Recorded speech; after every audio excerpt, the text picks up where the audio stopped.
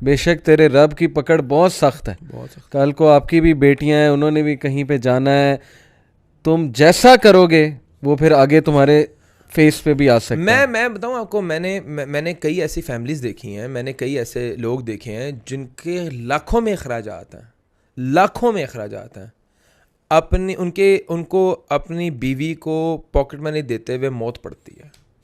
उनकी सारी कंजूसी और सारी सेविंग्स घर में शुरू होती है। सारी उनकी जो उन्हें जो सेविंग करनी होती है ना, वो घर पे करनी होती है। उनके पास कोई मेहमान आ जाए ना, तो उसके ऊपर वो हजारों रुपए खर्च कर देंगे। सही बात, सही। मैं ये समझता हूँ कि दुनिया आपके बाकी तमाम तर ताल्लुकात सेकेंडरी हैं। जिस भी ताल्लुक में जुल्म आ गया, बस उस ताल्लुक का फिर डाउनफॉल। और ये आपको तस्लीम करना पड़ेगा। और मैं कहता हूँ कि वो जुल्म है। अगर आपकी बीवी आपसे नाखुश है, वो जुल्म है। एक और बड़ी इंपॉर्टेंट चीज़ जो देखने में आती है, आजकल ना एक ट्रेंड बन गया है कि इन लॉज वाले खर्च कर रहे हैं अपनी बेटी पे, जो लड़की के माँ बाप हैं, लड़के के जो इन लॉज हैं, जैसे बच्चा होने वाला है वो पेरेंट्स के चली जाती हैं, वहाँ पे पेरेंट्स ही उसकी टेक केयर करते हैं, ऑपरेशन भी अगर होना है तो वो भी पेरेंट्स ही देते हैं, मर्द जो है वो चिल कर रहा है बैठ के। ये भी मैं समझता हूँ कि औरत के माइंड पे एक बहुत बुरा इंप्रेशन आप दे रहे हैं गैर जिम्मेदार होने का। दूसरा, औरतों को भी इतना ज़्यादा ये नहीं सोचना चाहिए। कुछ मैं आपको बताता हूँ मसला क्या, कुछ ख़वातीन की तरफ से अनफॉर्चुनेटली पता है क्या बॉडी लैंग्वेज और इमेज आती है, वो ये आती है कि अगर उन्होंने कोई चीज़ डिमांड की ना शौहर से और वो उसके पास चले जेन्युइनली वो नहीं कर सकता, वो पूरा वसाइल नहीं है, तो वो क्या करती हैं, वो कहती हैं फिर हम अपने पेरेंट्स से ले लेंगे। इससे वो इज़्ज़त नफ्स हर्ट होती है, वो फिर कहता है फिर चलो अब उन्हीं से लो। लेकिन ऑन दी अदर हैंड ऐसे मर्द भी हैं जो देते ही कुछ नहीं है और उसको मजबूरन जो है वो सारा कुछ उन्हें करना पड़ता है। तो मर्द अपनी बीवी की चीज़ें नहीं पूरी कर पा रहा, उसकी नेसेसिटीज़ नहीं पूरी कर पा रहा, तो वुमेन हैज़ द राइट कि वो अपने वालिदैन से चीज़ें डिमांड कर सकती है। लेकिन फिर मैं ये समझता हूँ कि ये गैरत का तकाजा नहीं, ये गैरतमंद लोगों की निशानी नहीं है कि अपनी बीवियों को किसी और का मोहताज कर दें या उसी को ससुराल वालों का मोहताज कर दें। सही। अपनी बीवी को उसके घर वालों का मोहताज करना एक गैरतमंद मर्द की निशानी नहीं है। आपकी बीवी आपकी रिस्पॉन्सिबिलिटी है, आपने उसका टेक केयर करना है, आपने उसके खुराक के, उसके कपड़ों के, उसकी दीगर चीज़ों के अखराजात आपने बेयर करने हैं। अगर आप बेयर नहीं कर पा रहे, देन वेरी सॉरी टू से आप गैरतमंद मर्द नहीं हैं। जितना मर्जी मुआशरे वाले आपको इज्जतदार समझते हैं, आप बेगैरत हैं। ये बहुत ही मेरा क्लियर स्टांस है। सही है।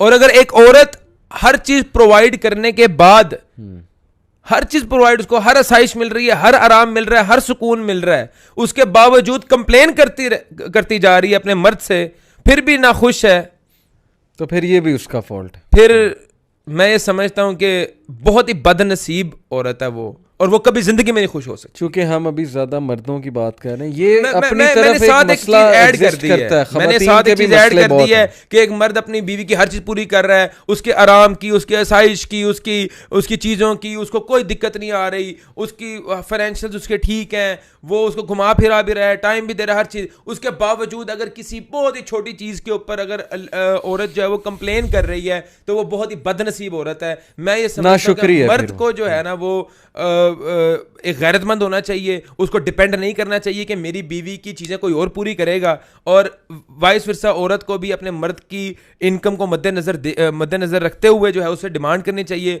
चीज़ों का तकाजा करना चाहिए, और जितनी उसकी हैसियत है उसके मुताबिक खुश रहना चाहिए। और मैं ये समझता हूँ कि मटीरियलिस्टिक आजकल की लड़कियाँ बहुत ज़्यादा हैं, मटीरियलिस्टिक नहीं होना चाहिए, कम पे खुश रहें, अपनी ज़िंदगी को पुरसुकून बनाएं। ये चीज़ों के अंदर खुशियाँ नहीं छुपी हुई, खुशियाँ सुकून में छुपी हुई हैं। आप लोग टाइम स्पेंड करें, आप लोग घूमें फिरें, अच्छा वक्त गुजारें, अपने बच्चों को टाइम दें, बच्चों की तरबियत पे वक्त सर्व करें। मैं ये समझता हूँ यही खुशी का बायस है, और कोई चीज़ नहीं है। अगर आपको कपड़े खुशी देते हैं, अगर आपको एक इलेक्ट्रॉनिक्स खुशी देती हैं, गैजेट्स खुशी देते हैं, तो मैं ये समझता हूँ कि आप मटीरियलिस्टिक आपकी अप्रोच है, आपको कभी ज़िंदगी में आप सेटिस्फाई हो ही नहीं सकते। आपको फिर दिल पे अल्लाह ताला की मोहर है कि मेरा मियाँ मुझे टाइम दे रहा है, मेरे लिए बड़ी खुशी की बात है, हम जा रहे हैं, हम लोग 1-2 घंटे साथ स्पेंड कर रहे हैं, वो मेरी टेक केयर कर रहा है, वो मेरी रिस्पेक्ट कर रहा है। ये चीज़ें होनी चाहिए वैल्यूएबल।